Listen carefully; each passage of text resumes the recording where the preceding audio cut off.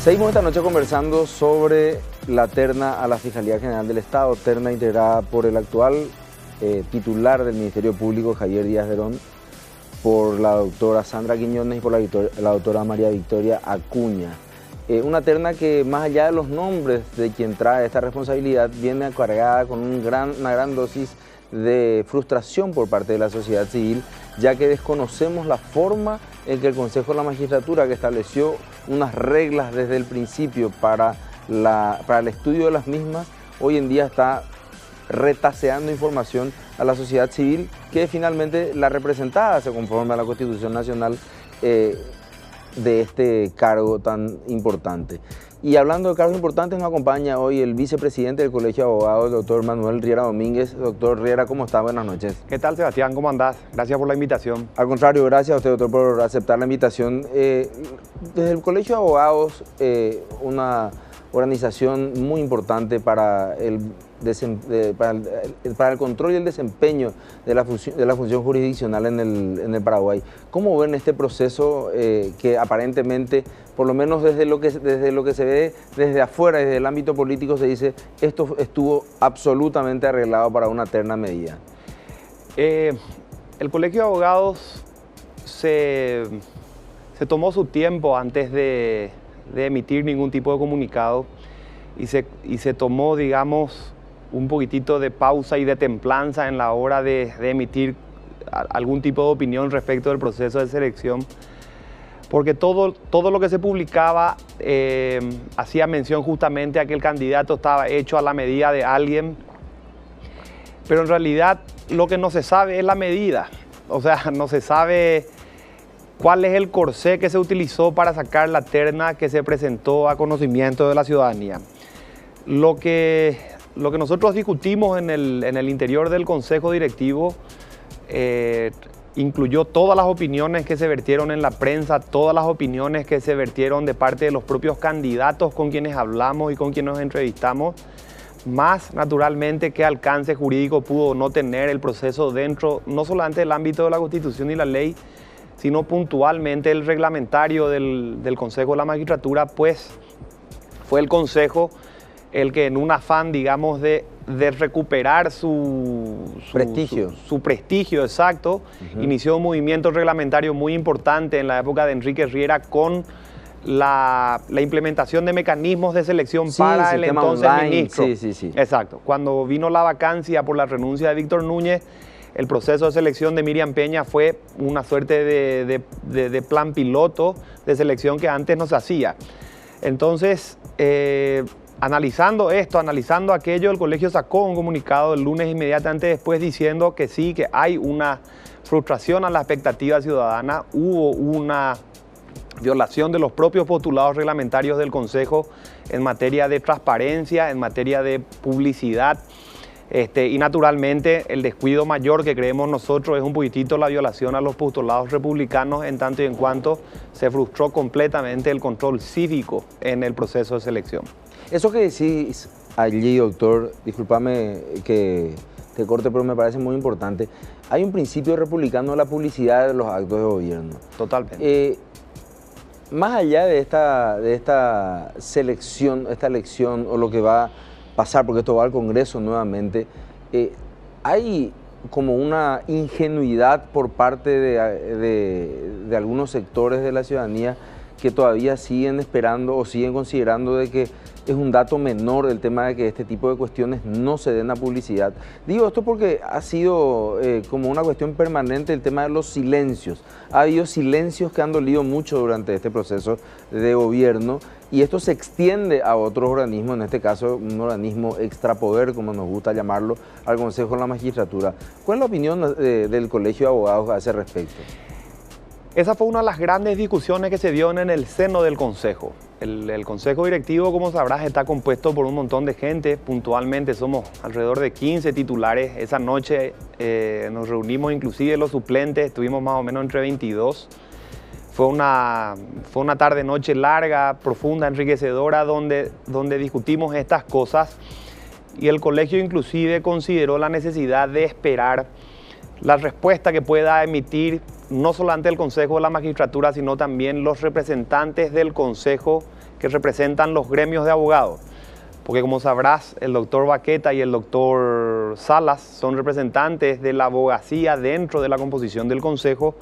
Entonces, una de las cuestiones que se consideraron en esa noche fue justamente preguntarles primero cuál fue el criterio y eventualmente, en función de lo que ellos respondan o el propio Consejo como institución responda, bueno, el colegio saldría a decir. Pero por aquello del criterio de oportunidad y de que las cosas tienen que hacerse en un momento apropiado, esto ya tenía varios días picando, entonces el colegio iba a hacer la pregunta, que de hecho la hizo, y además se iba a manifestar. ¿Por qué? Porque un principio republicano por excelencia no solamente pasa por la publicidad de los actos de quienes fungen por turno como órganos públicos del país, sino que además todo su funcionamiento es siempre reglado y por ende cualquier acto que desempeñe una persona que ostenta un cargo público tiene que estar fundado. O sea, yo no tengo que hacer un considerando de por qué pongo leche o pongo yogur en mi casa a la hora de que mis hijos desayunan, pero cuando un miembro del Consejo de la Magistratura dice por qué este señor va a ser fiscal y por qué este otro señor no, tiene que explicar por qué. El silencio en sí mismo ya es malo.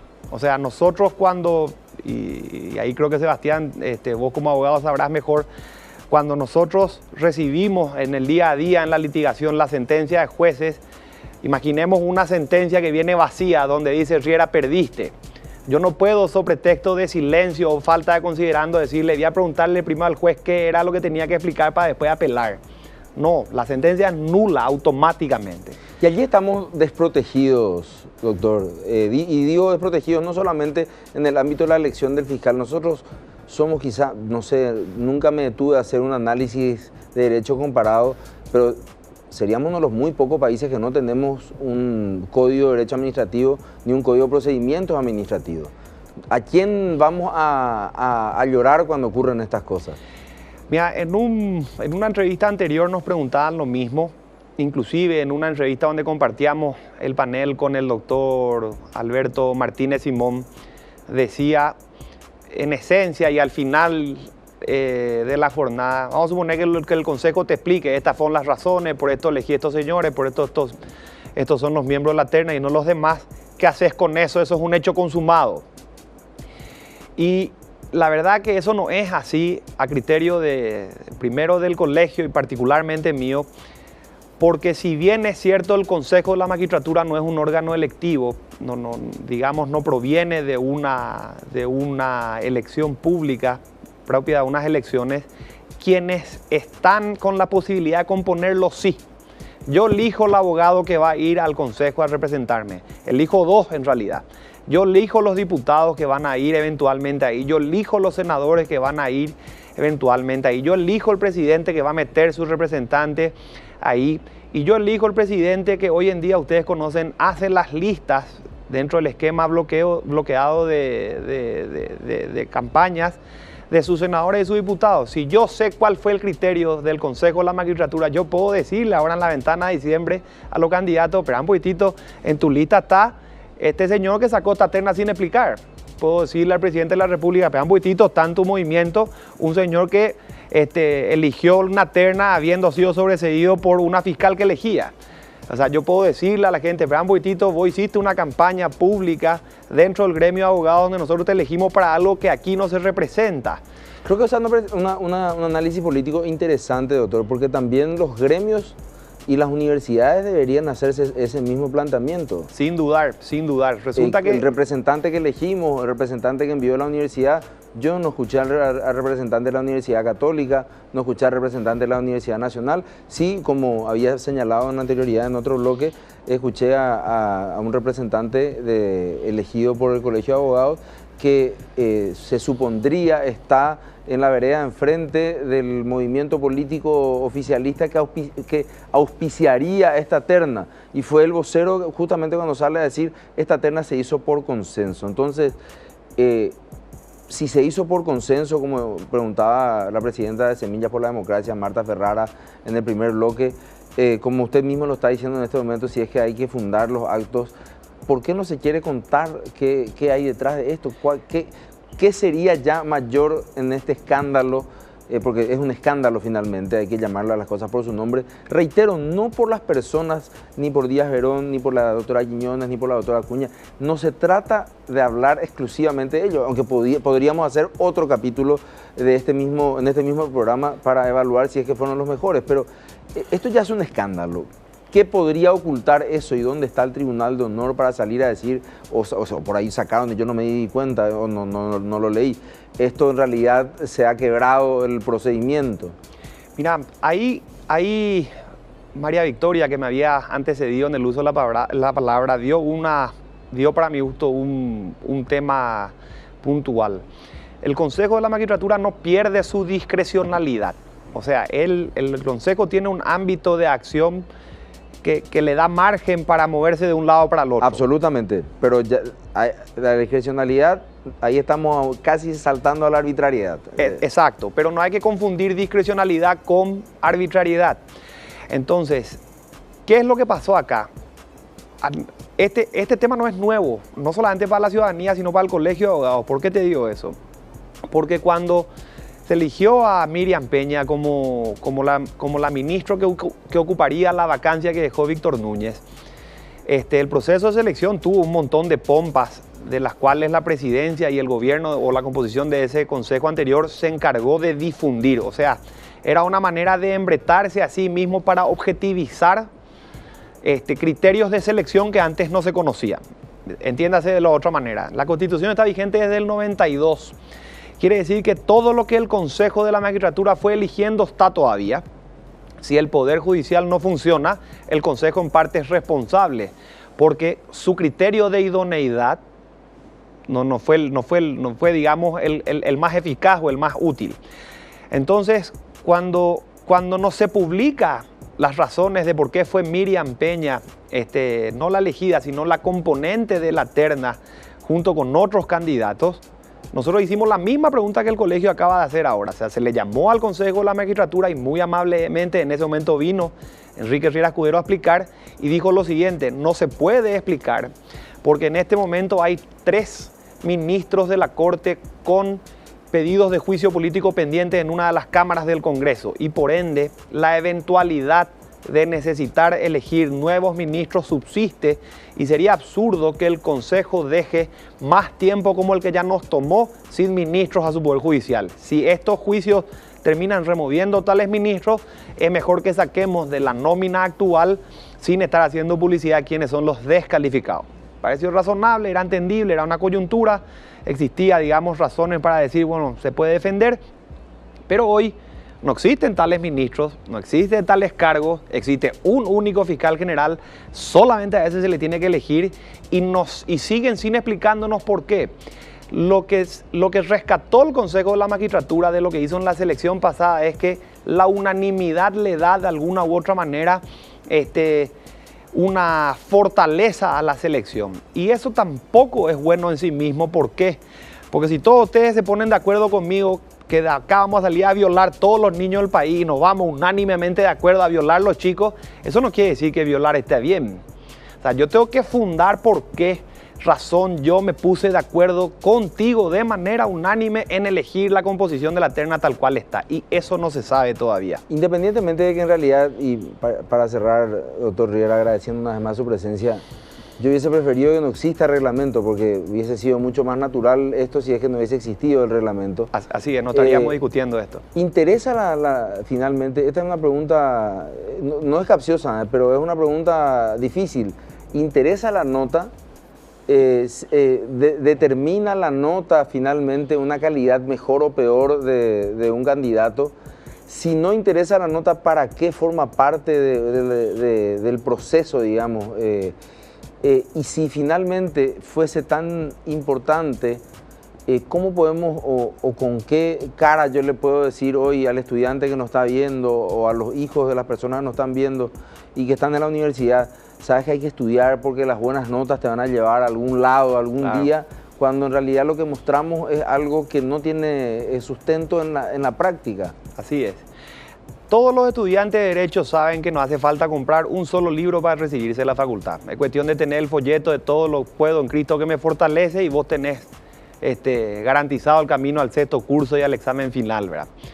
Y ese es el mensaje que se sigue dando. ¿Por qué? Porque te están poniendo en la composición de la terna personas que no tienen un promedio alto respecto a gente que sí tuvo promedios mayores, por un lado, pero sacando al costado la calificación, que es un factor de selección. Lo que la ciudadanía tiene que recordar es lo siguiente. A nosotros nos dijeron, vamos a mostrarles a ustedes quiénes van a ser sus representantes y quiénes van a componer su fiscalía o su Corte Suprema o van a ser sus jueces, porque ellos se van a encargar, en definitiva, de entrar a lo más íntimo del campo de acción de un ciudadano. O sea, estos señores no es que son así dueños de la acción penal pública nomás. Ellos deciden si tu violador va o no preso. Ellos deciden si te desalojan o no. Ellos deciden si se permita que se siga invadiendo tu tierra o no, poniendo el criterio político de si estamos hablando de invasión o defensa de la propiedad. Ellos deciden si te vamos a estar persiguiendo por tantos años las personas que incendiaron tu local o no, que rompieron tu vidrio o no, que rompieron tu auto o no. Entonces, nosotros tenemos que hacer las preguntas, nosotros tenemos que conocer las calificaciones, porque desde el momento en que el Consejo me ofreció a mí, este es tu reglamento y a partir de acá vamos a elegir, yo puedo preguntar, porque entonces yo le puedo decir al profesor, ¿por qué me pusiste 3? ¿Por qué no me pusiste 4? Quiero revisar mi examen. O yo quiero revisar el examen del tipo que va a desalojar los bandidos de mi casa, o va a cuidar los autos, o va a poner los jueces que me van a dar la tenencia de mis hijos, o que van a poner una cuota de alimentos para que estén educados, o tengan salud, o techo, si es que mi marido o mi mujer me deja. Entonces, no, es un tema baladí. ¿Va a dejar de imputar finalmente al próximo, o al ex ministro, o al ex presidente, o vice, o lo que fuera? Así mismo es. Doctor Riera, muchas gracias, ha sido usted muy amable. Son importantes las notas, el promedio de notas en la universidad, son importantes los posgrados, es importante la honorabilidad, por eso se estableció un tribunal ético de honor para medir la calidad o la calificación ética o la notable honorabilidad que exige la Constitución Nacional para la elección del próximo fiscal general del Estado, representante de la sociedad. Son responsables finalmente los miembros de la terna, el actual fiscal Díaz Verón, la doctora Sandra Quiñones, la doctora María Victoria Acuña, responsables de este proceso. Yo particularmente, como lo dije al principio y quiero cerrarlo, no estamos haciendo un juicio de valor sobre las cualidades de quienes integran la terna, sino del proceso que se ha vendido a partir del Consejo de la Magistratura y las implicancias que puede tener esto a futuro. Los hechos políticos, las decisiones políticas tienen que ser fundadas. Ese es un principio de control republicano mediante el cual el ciudadano, usted que está viendo esta noche este programa, sus hijos, sus parientes, los negocios jurídicos que usted emprenda, pueden estar protegidos ¿por quién? Por alguna persona que va a dictar justicia en algún caso o va a dictar algún decreto, alguna resolución o alguna ley en donde finalmente uno tiene que escuchar públicamente el porqué de esa decisión. Hasta hoy no tenemos esa respuesta. Cuando hablamos de la Fiscalía General del Estado, a esta altura hubiese sido genial poder estar hablando sobre la falta de política criminal que tenemos en el Paraguay, que no la define, no tenemos un órgano político que defina la política criminal, valga la redundancia. En otros países suele ser el Ministerio de Justicia. El Ministerio de Justicia en el Paraguay todavía no tiene la suficiente fuerza más que para custodiar algunas cárceles, que son, como bien lo señaló esta noche la doctora María Victoria Rivas, tenemos una de las poblaciones carcelarias sin condena más altas de América Latina y del mundo. Tenemos un código de ejecución penal nuevo de paquete que no lo estamos utilizando. La inversión para que eso funcione serían de unos 50 millones de dólares aproximadamente. Ese código de ejecución penal debería determinar, lógicamente, medidas que en la privación de libertad, que es la máxima pena, puedan significar cambios importantes en la vida de la persona para que esa persona se readapte a la sociedad. Recordemos que la Constitución Nacional está muy lejos de establecer la pena como un castigo. La pena es un sistema de reinserción a la sociedad. Y aquí estamos hablando del órgano punitivo por excelencia, que es el Ministerio Público, quien hoy en día, por la ausencia de otros actores, define la política judicial del Paraguay, ni siquiera es la Corte Suprema. La Corte Suprema tiene que seguir nombrando funcionarios públicos o tiene que seguir acrecentando en un 100%, como ha señalado la doctora María Victoria Rivas, en 5 años su presupuesto, lo cual es bastante llamativo porque creo que ninguno de ustedes, señor, señora, podrá decir con exactitud que el Servicio de Justicia ha mejorado en igual proporción, que se ha duplicado la calidad del servicio de justicia. Deberíamos haber estado hablando sobre el 84% de reincidencia que tienen las personas a las cuales llega el Ministerio Público y que las manda a un lugar de reclusión, 84% de reincidencia. Entonces, la fantasía o la veleidad que tenemos sobre una sociedad más segura es realmente eso, es una quimera. Estamos muy lejos de poder cumplir eso. Y deberíamos estar hablando de haber dejado atrás la partidización política de este tipo de procesos, que es lo que hoy en día se habla. Esta es la terna o del presidente o es la terna de los senadores, no sé. El presidente y los senadores tienen la palabra en este momento, pero ¿tienen la palabra para qué? Tienen la palabra quizá para la siguiente crisis política. Porque si el presidente elige a alguien que el Senado considera que no es viable y el Senado finalmente consigue los votos para poder rechazar, estaremos ante una lucha de poder nuevamente sobre la imposición de facto de alguna de las dos posiciones, porque sinceramente dudo mucho que esto vuelva a otra terna y vuelva a otro proceso que ha sido vergonzoso como este que le ha antecedido. Gracias.